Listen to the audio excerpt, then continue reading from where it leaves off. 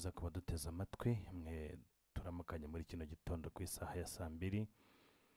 Uyu munsi tugiye kuza kuba tubagezaho amakuru atandukanye hirya no hino, aho tugiye kuza kwanzikira uyu munsi ni ku itariki ya turi ku itariki ya 10 z'ukwezi kwa 11 umwaka w'ibihumbi 2005. byumvikane ko muri aya matariki ahangaha turimo turegereza impera neza z'umwaka.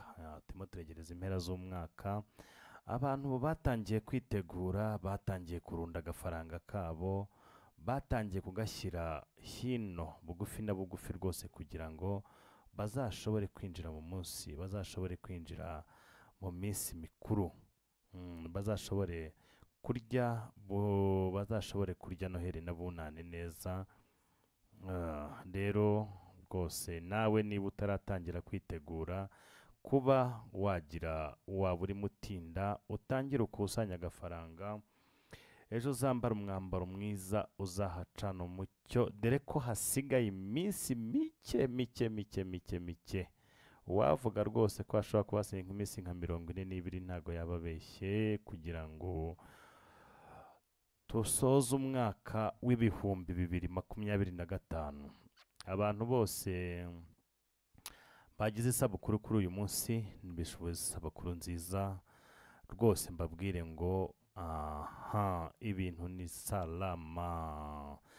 Ibi byose rero ntago twabigeraho tutari kumwe n'icyo bita Kigali Ikeye.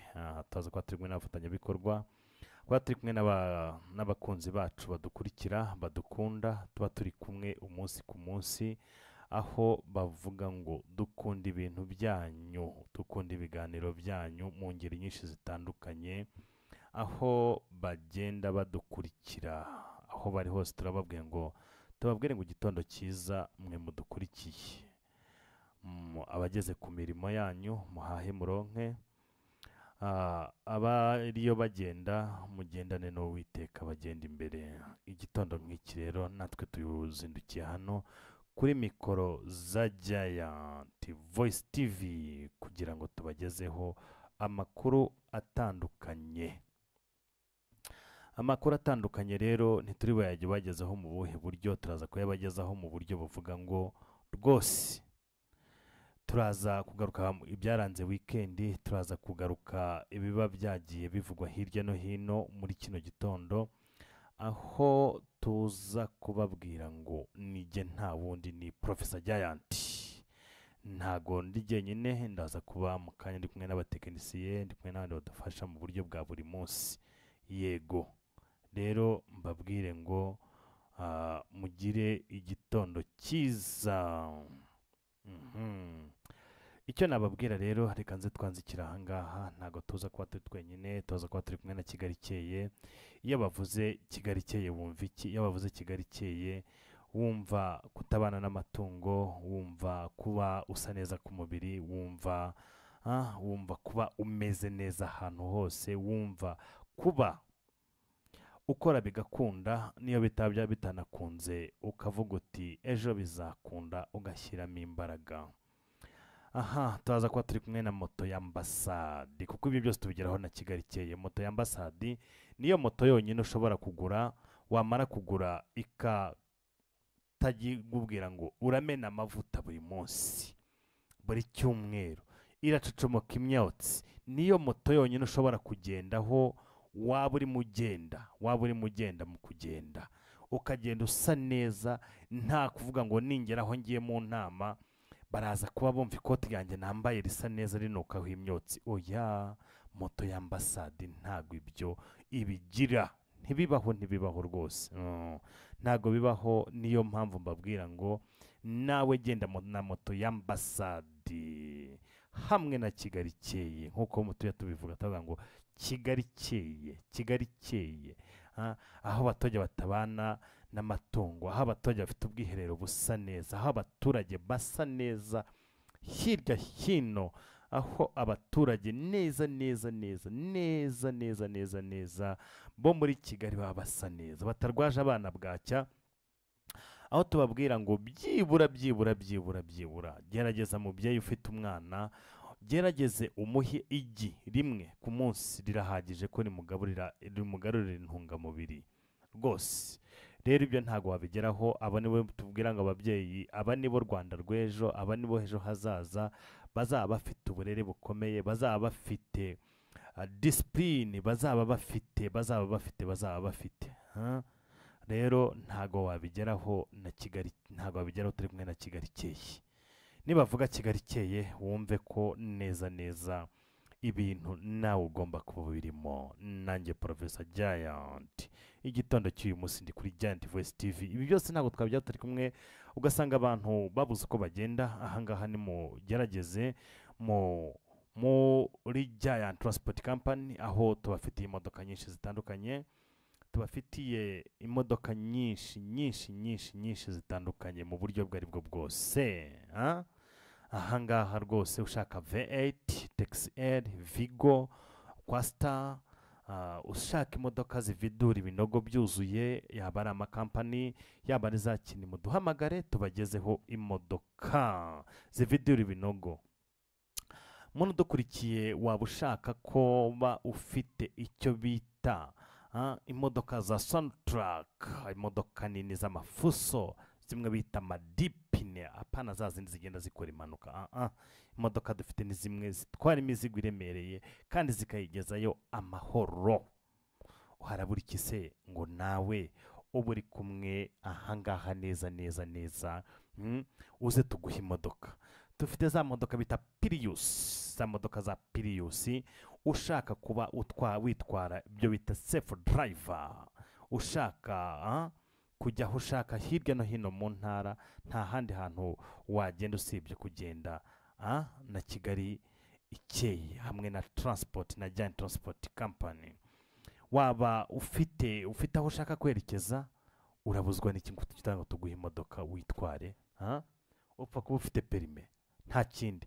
Waba ushaka wakoze ubukwe, ushaka imodoka zigutwara, za zindi z'ama Volkswagen, zimwe bita zimwe za modoka zimwe nziza rwose, tuguha imodoka nziza rwose, nziza pe zo kugendamo. Rero gerageza duhamagare kuri telefone igendanwa, baza gushyira kuri screen mukazibona ku buryo neza. Nigeze gusaba ku buhanga bw'ibyuma, hari aho tuba tuvuga ngo bajye bashyira hara telefone zacu ku buryo umuntu ushaka serivisi zacu watwandikira kuri WhatsApp, waduhamagara tugusubizanya na yombi. Ahangaha ntabwo dufite ibyo byonyine, dufite Giant Record Studio. Waba ufite impano, nk'umuntu ufite impano ushaka kuzamura impano ze rwose, nta kabuza rwose. Waba ufite impano yo kuririmba, ufite impano yo kuvuga imivugo, ufite impano y'ibintu bavuga ngo nzi kuririmba, ijwi ryanjye ndaryizeye kabisa, ngwino ahangaha muri Giant Record Studio, ahasige tugukorera indirimbo mu buryo nyabwo kandi bwiza butomoye. Waba ushaka amafoto meza, niba ushaka amafoto meza, karibu rwose, karibu uze tugufotore amafoto meza kandi agezweho. Nta handi hantu wayasanga usibye muri Giant Photo Studio.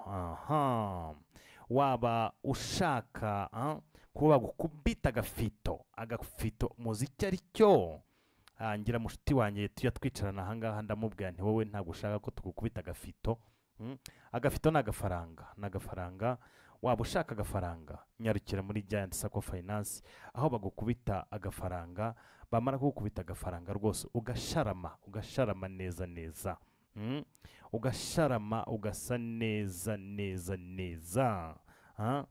Niyo mpamvu tuvuga ngo rero nta kundi gerageza ubikore hamwe na Kigali ikeye, kuko iyo uri muri Kigali ugomba kuba usa neza, ugomba kuba utunze amafaranga, ugomba kuba ibintu ufite.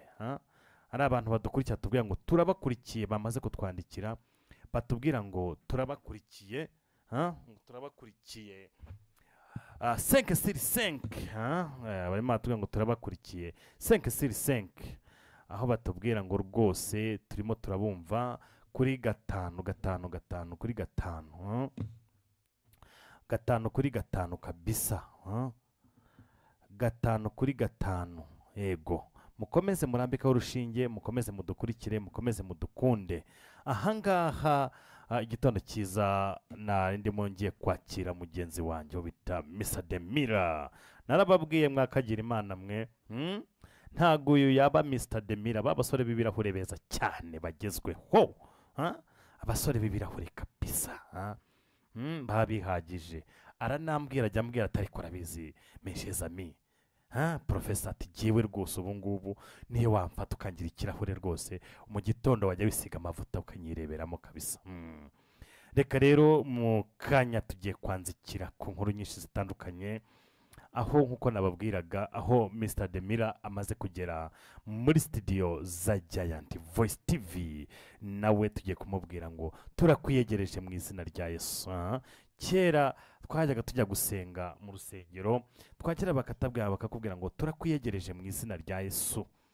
Rero nanjye niyegereje bagenzi banjye, tubabwire ngo Uwiteka amanuka abane natwe, aho umugisha imirimo yacu, aho umugisha ibitekerezo byacu, kuko adahari ntitwaba duhari. Reka twisunge Nyagasani, niwe wenyine ushobora gukora bigakunda, ushobora kuvuga bigakunda, kuko akora iby'abana b'abantu badakora.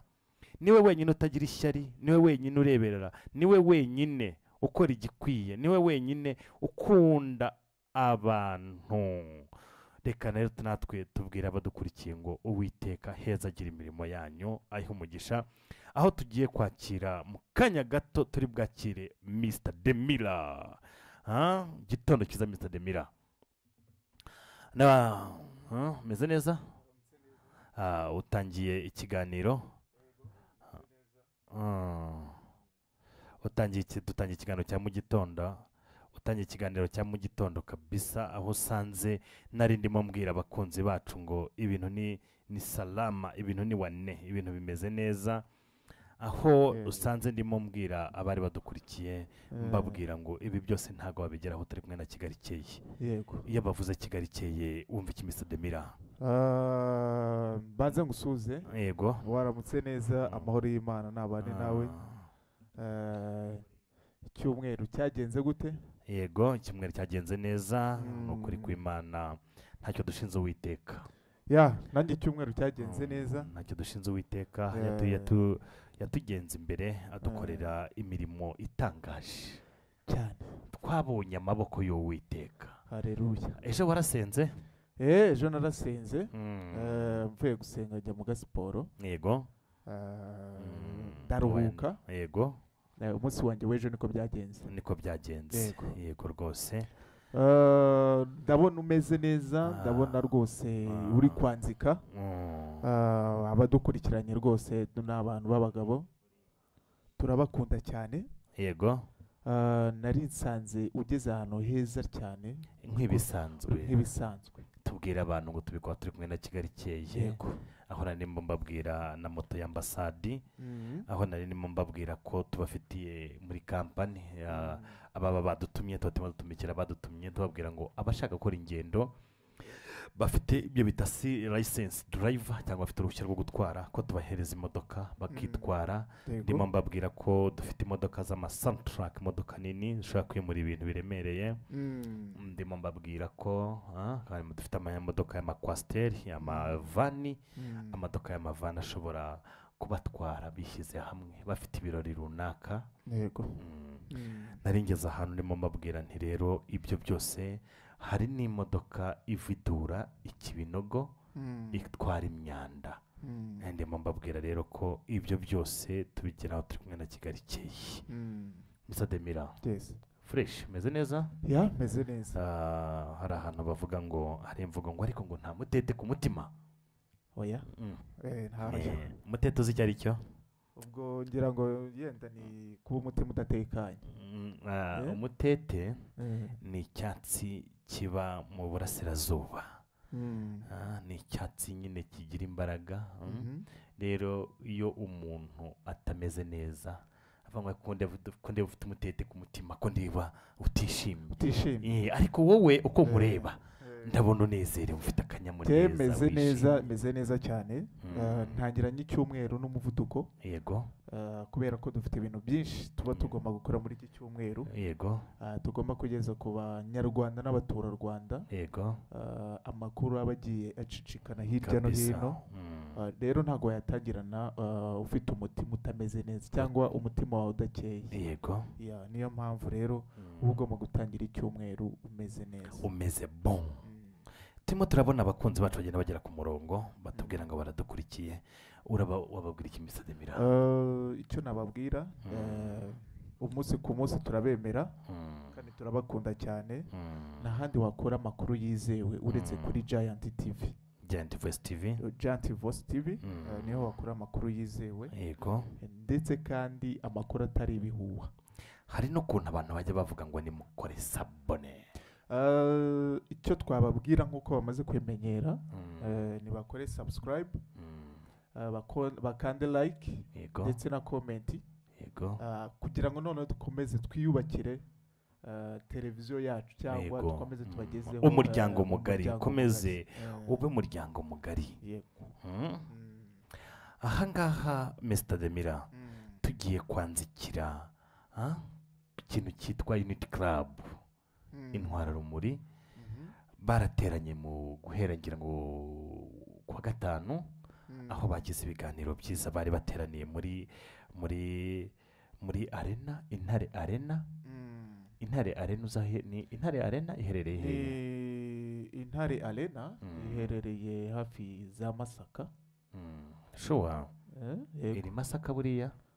Ni Masaka cyangwa ako ndumva ari nk'Imasaka. Rusororo. Ni mu murenge wa Rusororo. Ni Rusororo. Reka warubyibagiwe gatoya. Narimbye urumva biregeranye. Masaka na Rusororo biregeranye. Yego. Urumva rero ntago cyangwa nuko haba wa mushuti wawe umugitifu niyo mpamvu ushaka kumutwerera ibikorwa byose. Ndaramusuje cyane. Aha. Ngayo nguko rero, ngayo nguko. Ndamusuje cyane cyane. Niko, yego. Aho ni fresh kabisa. Yego. Nari ndimo ntekereza Mr. Demira. Ndimo mvuga ngo ahangaha Intare Arena iherereye Rusororo. Yego. Tubwira abantu ko ni ingoro iba cyangwa se niherera aho ingoro ya RPF iherereye. Niho iherereye. Niho rero inama ya Unity Club cyangwa yabereye ku nshuro ya 18. Hari abantu benshi batajya babimenya, waba udukurikiye ka tubibabwire icyo bita Unity Club. Wabuze icyo ari cyo cyangwa mbasobanurire n'ubundi akazi kacu n'ubwarimu. Reka mbasobanurire tubibabwire. Unity Club Intwararumuri ni ikihuza umuyobozi wese.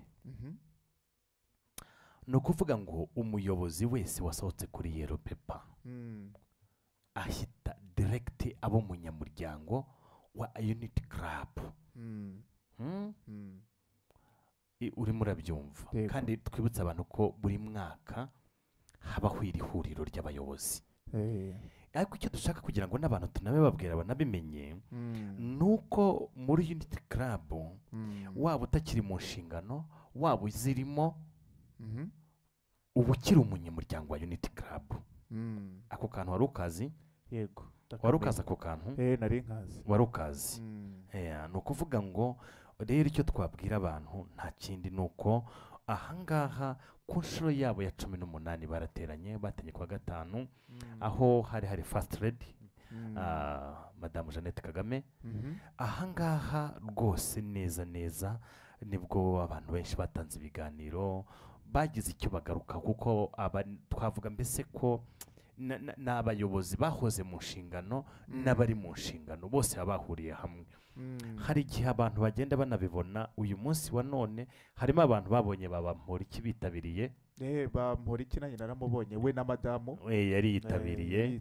Hari abantu bita ababaye ba perezida ba Sena, twabonye Agustin Iyamuremye yari ahari, aho ashobora kuba ngira ngo nawe yarigeze kugira mu izi nshingano ahangaha ngira ngo ejo bahaye ngira ngo bashyikiriza inshingano umuyobozi wundi Julienne ngira ngo ashobora kuba niba niwe ngira ngo bahaye inshingano noneho tubwire abantu ko mbese no guhera n'abagiye mu nshingano guhera muri za 90 na kangahe ubu uyu munsi nabo n'abanyamuryango tubibabwire ntabwo abantu bashobora kuba benshi batari babizi tubabwire niyo impamvu mwabonyemo babampora iki impamvu mwabonyemo ingeri z'abayobozi zitandukanye harimo nk'umuntu mwabonye nka Murigande Charles yagize na His Excellency Paul Kagame hari n'icyo yanamubajije umugabo w'umuhanga cyane ariko umugabo w'umuhanga cyane nkubwire ngo cyane ubyumve ngo cyane ariko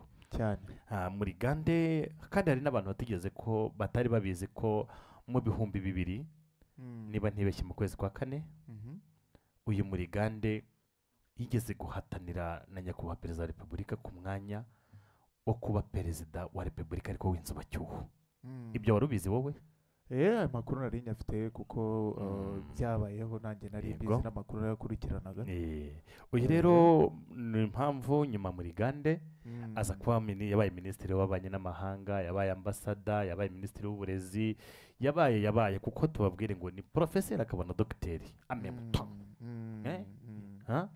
abafaransa baravuga ngo amemuta so rero icyo nakubwira ni kimwe nyine icyo nakubwira cyangwa nagushyiriraho gikomeye kurusha ibindi byose si ikindi icyo nakubwira gikomeye kurusha ibindi byose ariko nuko ahangaha nyine babonye abantu benshi ariho na nyakubahwa perezida wa repubulika yagarutse nawe ku bintu byinshi muri iyi demira mu by'ukuri ni ihuriro cyangwa unity club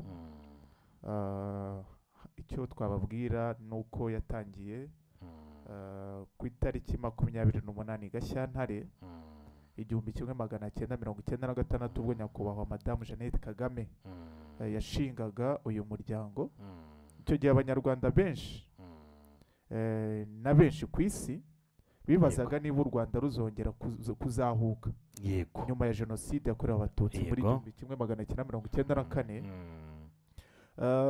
kandi nanone cyari igihe gikomeye cy'umwijima cyangwa urwikekwe n'uruhangabana n'ihungabana rimwe na rimwe byaganzaga bamwe mu bayobozi cyangwa bigakoma mu nkokora urugamba rwo kongera kubaka ubumwe bw'abanyarwanda aho rero niho mu kurebera cyangwa aho niho mu kureba kure umuyobozi mukuru w'umuryango Unity Club nabo bawutangiranye biyemeje kuba intwararumuri mu gushyira mu bikorwa icyemezo cya leta cy'ubumwe bw'abanyarwanda ndetse cyo kwimakaza ubumwe n'ubwiyunge bihereyeho ubwabo batitaye ku kiguzi byabasabaga aha rero wavuga ati Unity Club ni iki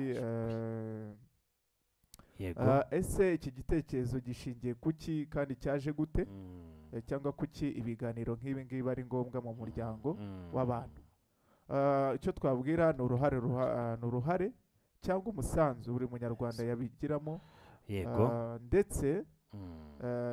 ndetse n'umusaruro wavuye mu mahuriro cyangwa 17 yatambutse muri iki gihe isi irushaho kuba nyabwigendaho no gukurikiza ibitanganya abantu cyangwa ibitanya abantu sibyo ndetse bakanabakomeretsa so ni uwuhe musanzu rero ihuriro ryatangaga mu gukomeza kubaka uyu muntu ukeye wuje umutima ndetse n'umutimanama urumva ndetse umwanya w'ibiganiro byubaka amahoro arambye ni imiyoborere ishingiye ku ivangura n'amacakubiri yaje kugeza u Rwanda kuri jenoside yakorewe abatutsi muri 1994 so urumva rero ni icyago gikomeye kandi cyashegeshe imitekerereze imibanire n'imikorere y'abanyarwanda by'igihe kirekire. iby'igihe urumva rero kirekire Unity Club rwose Aha yaje ngaha, ikenewe cyane. ahangaha ngira ngo nyakubahwa perezida wa repubulika na first lady na twabashimira kuko ni igitekerezo cyiza bagize, kandi ahangaha harimo n'ibyo bita na ndi umunyarwanda niho yagiye iva. cyane rwose. Hano havamo ibitekerezo byinshi byubaka igihugu cy'u Rwanda. Tubabwiye ngo nibakomerezaho n'indashyikirwa, aho twavuga rero Mr. Demira, nyakubahwa perezida wa repubulika yagarutse ku bintu byinshi. Yagarutse ku bintu byinshi, yagarutse ku ubwe arimo avuga ati yagarutse ku bana be, agaruka kuntu yifuza ko baba abasirikari, yego, agaruka kuri First Daughter cyangwa Ange Kagame, avuga ati ariko iyo muvuga ko nzamugira perezida, njyewe ninde wangize perezida? njyewe ninde wangize perezida? ubwo nyine yagiye ababwira ati ko myumva aba bigenda bihwihwisa, ngo mugenda mubihwihwisa, bagenda bahwihwisa, muhwihwisa ati ninde wababwiye ko azaba perezida? ndababwiye ko nzaba perezida. ngo muvuga ko nzamugira perezida, njyewe ninde wangize perezida? ariko nibyo aho dore ngaha hariya nyakubahwa perezida wa repubulika, umugabo nkunda cyane rwose pe ku bwanjye, urumva aho yahereye avuga, ariko si we wenyine, na mbere hari abari bamubanjirije barimo ba Fandegene Rutadi Bingira, aho Bingira yatanze ikiganiro cyiza cyane. nawe naragikurikiranye rwose, naragikurikiranye. ati Kidemira, nakurikiranye ikiganiro cyiwe rwose agira inama abantu ndetse n'abanyarwanda uburyo bagakwiye kubaka igihugu cyabo. hari n'ahantu yatanze rwose twavuga nka testimony, yego, y'umuntu rwose wabonye wajyanye umwana kwiga muri Amerika, kandi nawe yaravuga ati nta bushobozi, yego, ngo yaraturutse uko kariya kantu impamvu kariya kantu yakavuze ashaka kugereranya ubuyobozi bwahozeho n'ubu buyobozi dufite uyu munsi, aho yamubwiye ati jyewe ndi generali Furu, wowe uri koroneri, none utwaye umwana agiye kwiga Uburayi, jyewe wa generali, kandi gisekeje uwo mwana yari yabonye ibyo bita scholarship presidential muri perezidanse, ngira ngo hari abana b'intashyikirwa b'abahanga. oya sinaho gusa n'ahandi biramenyerewe cyane, iyo umwana ari umuhanga akaba rwose apafominga ku rwego rwiza, abona scholarship. ariko mu gihe cya kera ngira ngo n'ibyagaruye aravuga ati ubu se muri 1992 umuntu witwa Bizimungu nari Bizimungu ngo yayoboraga ingabo, niba ari yavuze Bizimungu ariko nyana ntibeshye, ati ubu umwana we yari kubura kujya kwiga akajya wabingira, ntabwo byari gukunda kabisa.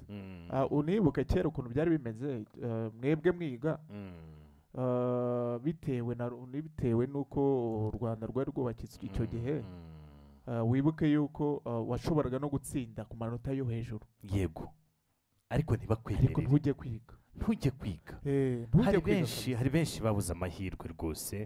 harimo n'umugabo mushuti wanjye tujya tuganira akambwira ati oya, ati burya atereka nkubwire kandi nkubwize ukuri, ati jyewe kugira ngo mushobore kwiga, iyo ntafata umwanzuro ngo duhunge, bari batuye mu gace ka za Nyaruguru, ati duhungira muri Kongo, ati simba narigeze niga, ntabwo yari kwiga.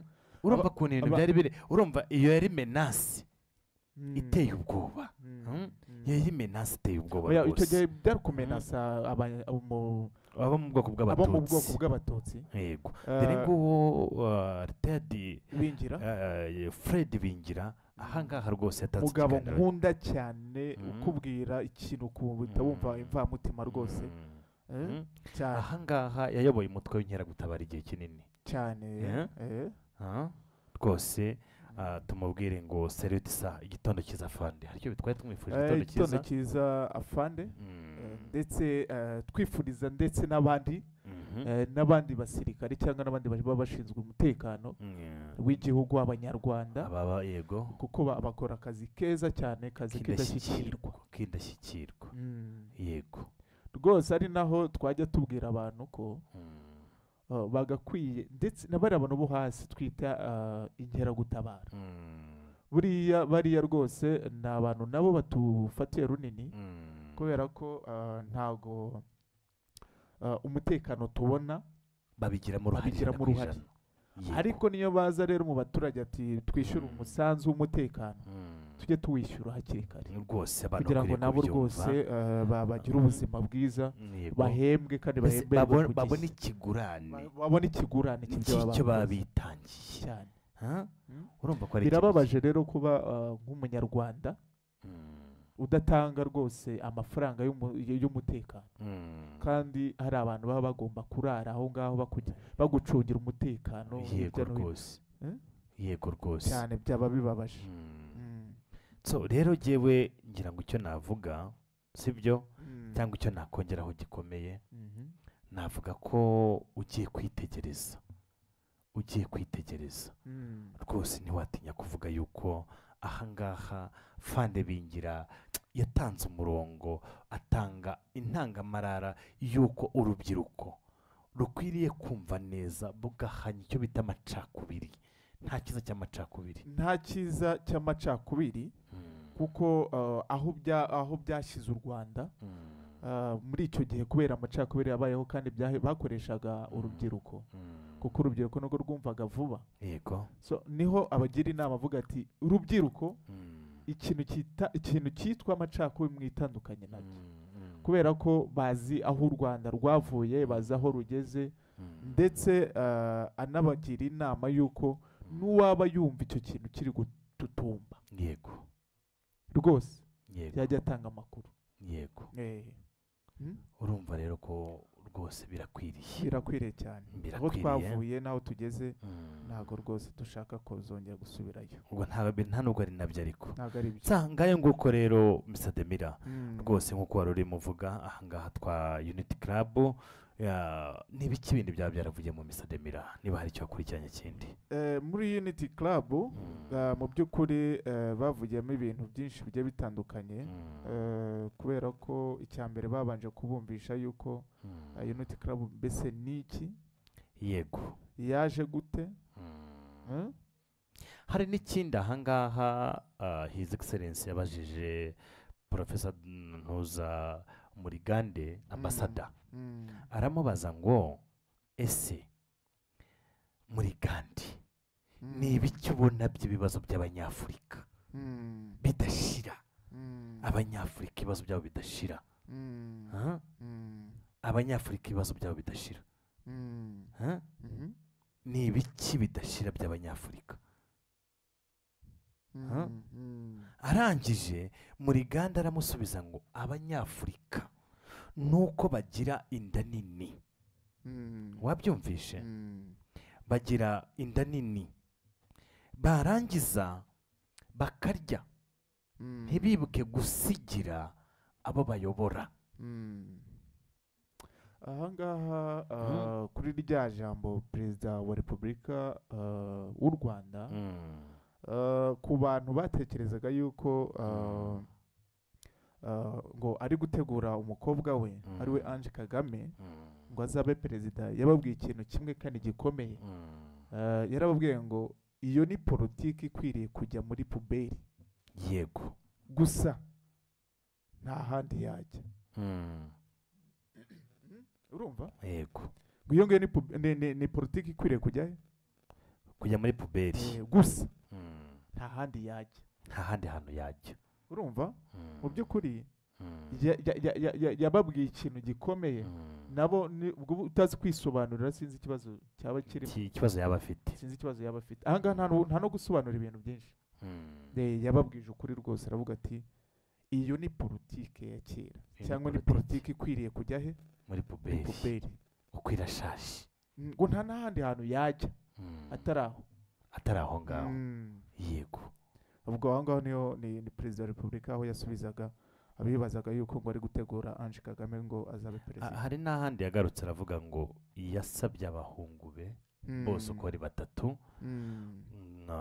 barimo ubwo abahungu barimo ko bose bagomba kuba abasirikare bari abanyarwanda bidukurikiye ku isoko zacu barimo barababona ngabo avuga ngo bose yari yarabasabye ko bagomba kuba abasirikare ariko ngo umuntu witwa Ivan Cyomoro ageze hagati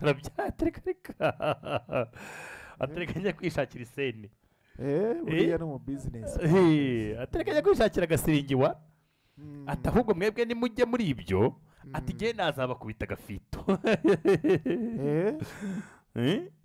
buriya umwana arivukira yego arivukira cyane kandi hari n'igihe uba ukunda ikintu rwose kujya mu kintu ugikunze nibyo byiza rwose aha rero buriya nyakubahwa perezida wa repubulika rwose yabigarutseho aganirira abantu arababwira ati rwose arababwira ati rwose pe mbabwije ukuri kwihoraho rwose uyu mugabo ntabwo yagiye mu gisirikare ariko wowe ntawagusabira ukajyayo uyangiye imyaka yararenze ubu ntabwo we bagufata oya ntabwo bamfata ariko Mr. Demira njyewe iyo ngiye kwitegereza rero numvaga nari ngiye dore buri munsi nirwa nk'uporopoza ibintu byinshi ubushize ejo wenda narakubwiye nti Mr. Demira ko ari wowe mushuti wanjye ngira waretse nkagusabira kujya kwereka hakurya hariya kwa Gisekedi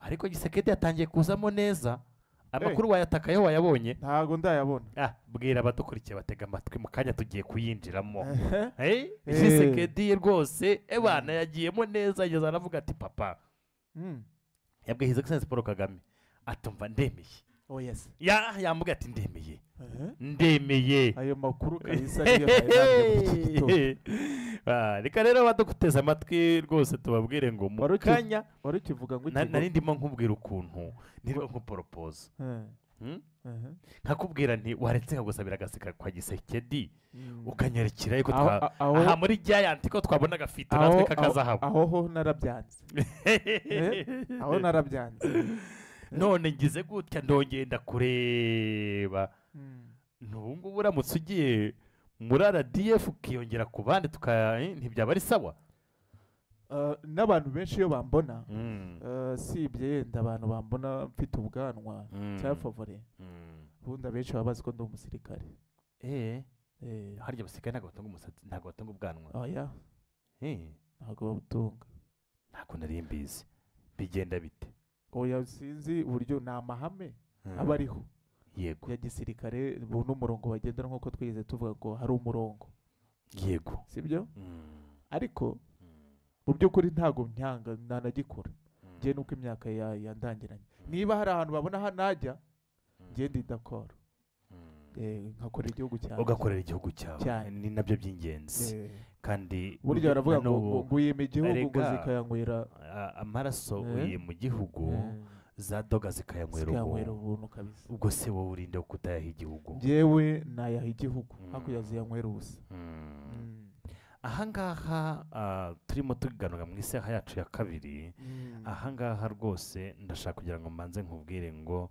ahangaha Unity Club kuwa gatandatu yashoje imirimo yayo kuwa gatandatu rwose yashoje imirimo yayo havugiyemo ibintu byiza kandi by'ingirakamaro byageze kumva mutima z'abantu ahangaha rero turanyarukira hano hirya turanyarukira hagana hehe reka tunyarukire hano hirya mu gihugu cy'abaturanyi cya Kongo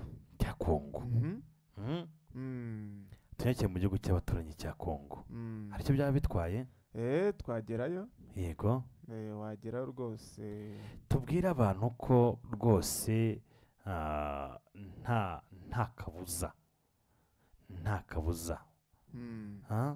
nta kabuza ko hariya ibintu bimeze nabi muri Kongo muri 20 rwose noneho Gisekedi yavuze ati ariko noneho pe ari naho yatangiye ariko politiki ndayikunda buriya uwo ari inshuti uwo ari umwanzi wawe utangiye kuba inshuti mu gitondo yaba inshuti mukagera kuri Mm?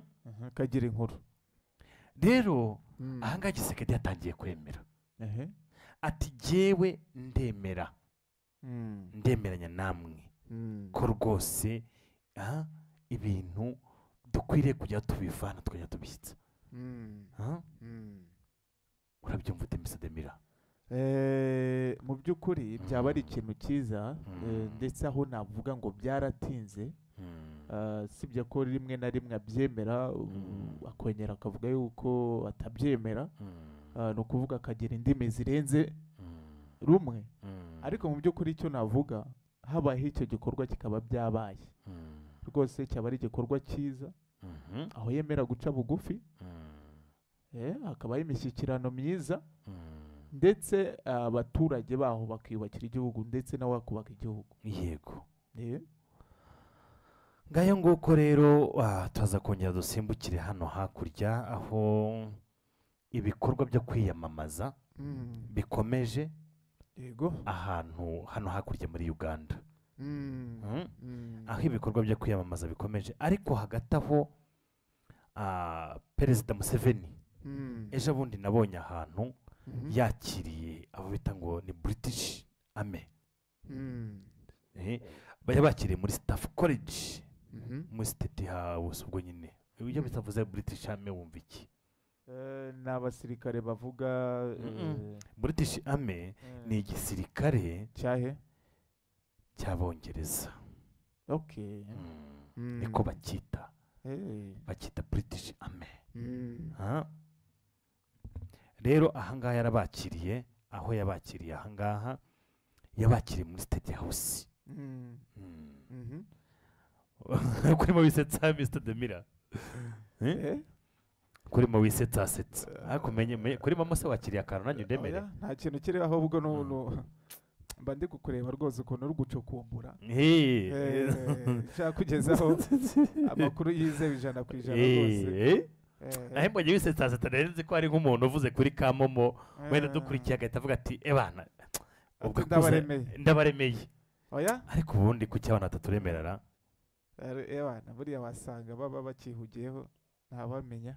yego wari kuvuga kuri British Army, igisirikare cy'Abongereza, aho nyakubahwa perezida wa Repubulika y'Igihugu cya Uganda Kaguta Yoweri Museveni Tibuhaburwa, aho yabakiriye baganira. nabonaga arimo abigisha aza no guhaguruka, amaze guhaguruka afata agacoka cyangwa se afata ikaramu, ibyo ababwira arabyandika. umugabo w'umuhanga, Museveni ni umugabo w'umuhanga cyane kabisa. we ntumwemera? Museveni ndamwemera cyane. ni umunyapolitiki w'umuhanga kandi unanashaje muri politiki. unanashaje rwose, aho agiye gufata manda ye ku myaka 40. ku myaka 90 myaka 82. myaka 82 agiye muri manda ya kangahe? ahangaha narindi kureba akantu, niyo mpamvu narindi kwisetsa. u Rwanda na DRC ngo byasinyanye umushinga w'amasezerano mu by'ubukungu. kweli? for sure kabisa. ni amakuru dukesha igihe. yego aho u Rwanda na Repubulika Iharanira Demokarasi ya Kongo byashyize umukono ku mushinga wose w'amasezerano y'ubufatanye mu iterambere ry'ubukungu, intambwe ikomeye cyane ibanziriza gusinya amasezerano. intambwe yatewe ku wa 7 Ugushyingo 2025, ubwo intumwa z'igihugu byombi iza Leta Zunze Ubumwe za Amerika na Leta ya Katari, Togo n'umuryango wa Afurika yunze ubumwe zahuriraga i Washington DC. iyi nama yari igamije gusuzuma intambwe. Demira, Washington DC nahagana hehe? ni muri Leta Zunze Ubumwe za Amerika nyine. reka da. so ahangaha rero ngo iyi nama yari igamije gusuzuma intambwe imaze guterwa nyuma y'aho u Rwanda na DRC bigiranye amasezerano y'amahoro tariki 27 Kamena 2025 n'imbogamizi zihari. ahangaha Minisitiri w'Ububanyi n'Amahanga wa Amerika yatangaje ko umuhango wo gusinyuka umushinga w'aya masezerano wakurikiwe n'umunyamabanga ushinzwe ibikorwa bya politiki uwo bita Alison Hocker n'umujyanama wa perezida Donald Trump mu bufatanye na Africa cyangwa Masad Bulus Masad Bulus Masad Bulus ni intumwa ngira ngo ingingo zigiye cyangwa ingingo zari zigize uyu mushinga w'amasezerano y'ubufatanye mu bukungu zarimo ubufatanye mu rwego rw'ubucukuzi bw'amabuye y'agaciro, kubaka urugomero rw'amashanyarazi rwa Rusizi ya gatatu, ubufatanye n'ubucuruzi kubaka ibikorwa remezo byo ku mupaka, ndetse no guteza imbere urwego rw'ubuzima no kubungabunga politiki no kubungabunga pariki iyi minisiteri yasobanuye ko aya masezerano nashyirwaho umukono azafasha u Rwanda na DRC gutera imbere mu bukungu, ndetse areme amahirwe y'ishoramari y'abanyarwanda n'abanyekongo babonemo inyungu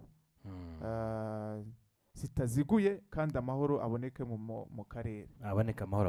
Cyane rwose urumva ko ari ibintu byiza cyane. Ahangaha u Rwanda na DRC n'abahuza bagaragaje ko ibitero bya politiki cyangwa amagambo y'ubushotoranyi bishobora kubangamira ishyirwa mu bikorwa ry'amasezerano ya Washington, bityo ku mpande zombi zikwiriye kubyirinda.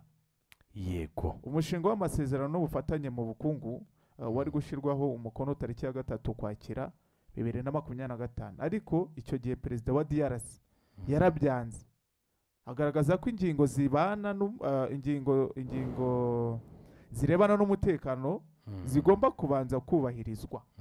Ariho kuba DRC yemeye gusinya amasezerano kuri uyu mushinga ni ikimenyetso cy'uko amasezerano y'ubufatanye mu bukungu ashobora gusinywa vuba nk'uko perezida Donald Trump wa Amerika abyifuza. Ngayo nguko rero nk'uko wari urimo bivuga. Ahangaha twari turimo tukireba amakuru yo mu karere aba yagiye acicikana hirya no hino.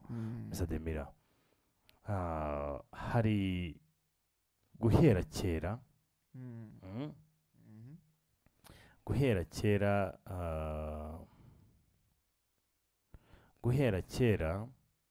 aho intambara y'Abarusiya imaze igihe kinini.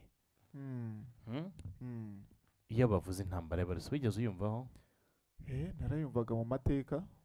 Oya, mateka ya kera se ejo bundi se sibwo yatangiye? Sibibara amateka se utabigize. Nagira ngo warabyumva warabikurikiye? Oya, ntago nabikurikiye. Ngo bimeze bite? Aho twabonye icyo bita NATO yongeye yifatiye ku gahanga, aho bavuze ko NATO yateguye abasirikare 800 bagiye kujya kugira bagiye kwerekeza muri NATO, bagiye kurwanya Abarusiya. Iyo bavuze Uburusiya wumva iki wowe?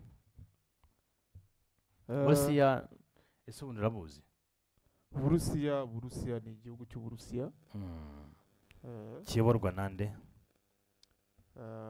Igihugu cy'Uburusiya se kiyoborwa n'uwo bita Vladimir Putin. Umugabo nawe wagafuka ati simvugwa rimwe. Ntabwo ari imvugwa rimwe kabisa. Ntabwo ari imvugwa rimwe rwose. Ntabwo ari imvugwa rimwe. Ntabwo ari imvugwa rimwe, nagafuka katimvugwa rimwe rwose. Rero ntekereza ko Putin utemeranywa n'abanyaburayi cyane, urumva? Ntabwo yemeranywa n'abanyaburayi. Kubera iki? Kubera iki batemeranwa n'abanyaburayi? Ntabwo bavuga rumwe, aho bashatse gushyigikira wita Zelensky wa Ukraine, arimo abwira Zelensky Dore aramubwira nguwo. ati ntujye muri nato Eh, Ha? mm, dore nguwo Vladimir Putin ku isukuri zacu mm, uriya musore ku buhanga bw'Imana arakoze rwose mm, uyu nguyu rero ntabwo ajya ajya imbizi ntajya imbizi bibaho ntajya imbizi bibaho n'abanyaburayi mm, noneho rero baza kwishyira hamwe biriya bihugu biri muri nato byose mm. byishyira hamwe byiyemeza kumurwanya kurwanya Putin. kurwanya Putin Mm. arababwira ati nanjye ndahari nzabarwanya nzabarwanya kandi muzanesha. kandi ntimuzanesha Mm, rwose barahangana pe mhm, barahangana rwose barahangana bishyira kera mm, barahangana bishyira kera mhm, yego noneho bararwana intambara yatangiye kera cyane ngira ngo yatangiye muri 2022 ngira ngo niba ntibeshye na n'uyu munsi ntabwo byari byagenda neza ahubwo ejo bundi niho nakubwira ngo politiki iragatsindwa aho ejo bundi twabonye yaje gukina na Trump mm, Trump akimara kuba perezida mm, yahise aza barahura mm, mm, rero uyu muntu utajya wumvikana n'ikintu cyitwa na gake na gake na gake na kanzinya ntajya ajya imbizi n'abantu bitwa cyangwa ntajya ajya imbizi n'abantu bitwa abanyaburayi baba bashaka indonke noneho ariko buriya wari uzi ko aricyo gihugu cya mbere gifite gaze nyinshi eh, Mm. cyane. Ese wabonye yuko na gaze ubu ngubu na esanse yuriye kubera ko ibyo bintu biba bitera ingaruka nyinshi iriya ntambara. Mm. Mm. Mm. rwose abantu mufite amamodoka niba muzajya reka reka reka reka reka reka reka reka reka abantu bafite amamodoka badafite amikoro ahagije bose esanse leta kuri 2 kuri 2 kabisa. irimo iragura ibihumbi 2 Eh, Mm. mm, haraburaho uduceri duke duke Cyane. duke duke duke duke cyane ngo rwose yuzure ibihumbi ibintu 2 byakomeye. Mm. Hari amakuru nkuye muri Uganda Mm. aho umupolisi wari ushinzwe umutekano w'abayobozi bakuru Mhm. yasanzwe mu rugo rwe yapfuye. yaca France Eh, yaciyeho yaciyeho kabisa yanze ibirayi cyane. bya Kinigi uwo bita CP Ronald Mutabazi Mm. wari ushinzwe umutekano w'abayobozi bakuru muri Uganda Mm. yapfuye urupfu rudasobanutse. Mm? Mm. rwose ngo urupfu rwe ntirurasobanuka mu Mm. ijoro rishyira kuri uyu wa gatanu Mm. ngo ni mu cyumweru gishize yego aho Mutabazi yari umupolisi mukuru muri polisi ya Uganda Mm. yabarizwaga mu ishami rishinzwe kurwanya iterabwoba. Eh. by'umwihariko yari umuyobozi w'agashami gashinzwe umutekano w'abayobozi bakuru icyo yego bita very important person protection unit. hariya muri Uganda Mm. n'abaminisitiri barabarinda Eh, n'abaminisitiri barabarinda eh, nigeze kujyayo rwose hariya muri Uganda n'abaminisitiri barabarinda Mm. n'abafite njyango n'abadepite nabo barabarinda Mm. mm. rero icyo twababwira tumubwira ngo Imana imuheruko idashira ya Imana imuheruko ridashira Mm. rwose. mu kanya ngo mugenzi banakurikirane wacu barebe. mu kanya mugenzi wacu dukorana ahangaha yari arimo agezaho abantu incamake Mm. muri siporo Mm. ko nzi ko uri umusiporutifu n'utuhe dushya wabwira abantu turimo tugana ku musozo Mr. Demira. Mu by'ukuri amakuru ahari ni umukino wabaye twahera mu Rwanda, umukino wahuje APR na Rayon ku munsi wa gatandatu aho abakunzi ba Rayon Sport rwose batashye cyangwa basohotse w'abareyo basohotse w'abareyo rwose aho ikipe ya APR yabakubise ibitego 3 dore gukubitwa we yewe we bakubise ibitego 3 rwose basohoka bimyoza imoso ibitego 3 by'umufuririzo. ye andi makuru nuko ikipe ya Tottenham nako ya Liverpool nimugoroba ikubise bayanzika aho Man City rwose yakubise ibitego 3 nayo by'umu ubusa pya pya pya pya ye ubu ikipe yanjye ubu ngubu irayoboye ikipe yaharyugwa ni iyihe Arsenal n'amanota 26 se mama cyane kabisa aho nabwira rwose abafana rwose ba Rayon Sport rwose bihangane nta kundi ye suza cyane umufana wa Rayon Sport harimo Pascal harimo ariko ngira ngo Cyprien hari n'amakuru nabonye aho ikipe ya under 17 y'Amavubi yego nabonye uwita Jimmy Mulisa arimo abaganiriza Jimmy Mulisa arimo abaganiriza rwose ni byiza cyane Jimmy Mulisa arimo ababwira ati bashobora kuba bagiye kwerekeza ahagana hehe Mr Demira bashobora kuba bagiye gukina match yego hariya niho Jimmy Mulisa ari kubaganiriza ababwira ati bana batoya rwose mugende mujye gukorera igihugu mugende ibyo tutakoze mu bikore kabisa ngayo nguko rero nibyo twari turimo tubabwira ngo uko byagenda uko ariko kose twagiye tureba ibintu byinshi bitandukanye twagiye tubona iyi weekend yararanzwe n'udushya niyo mpamvu nandi mbabwira abadukurikiye tubabwira ngo akaryoshye nigahora mu itama urumva turimo tugenda tugaruka ku musozo kandi tubwire abantu banyarukire kuri Giant Voice TV aho rwose urumva aho rwose mugira arimo ababwira ati harimo n'umugabo wari warahungiye muri Congo tubwire abantu rero ko banyarukire kuri ntuza zacu banyarukire aho batanze uwitwa Uwizeye Jean Dodier muri Unity Club ahangaha bamuhaye ijambo akageza ku banyarwanda ababwira ukuntu ubuyobozi bubi bwari buriho so tukomeye tubwire abantu rero ko rwose twababwira ngo ibintu ntabwo byoroshye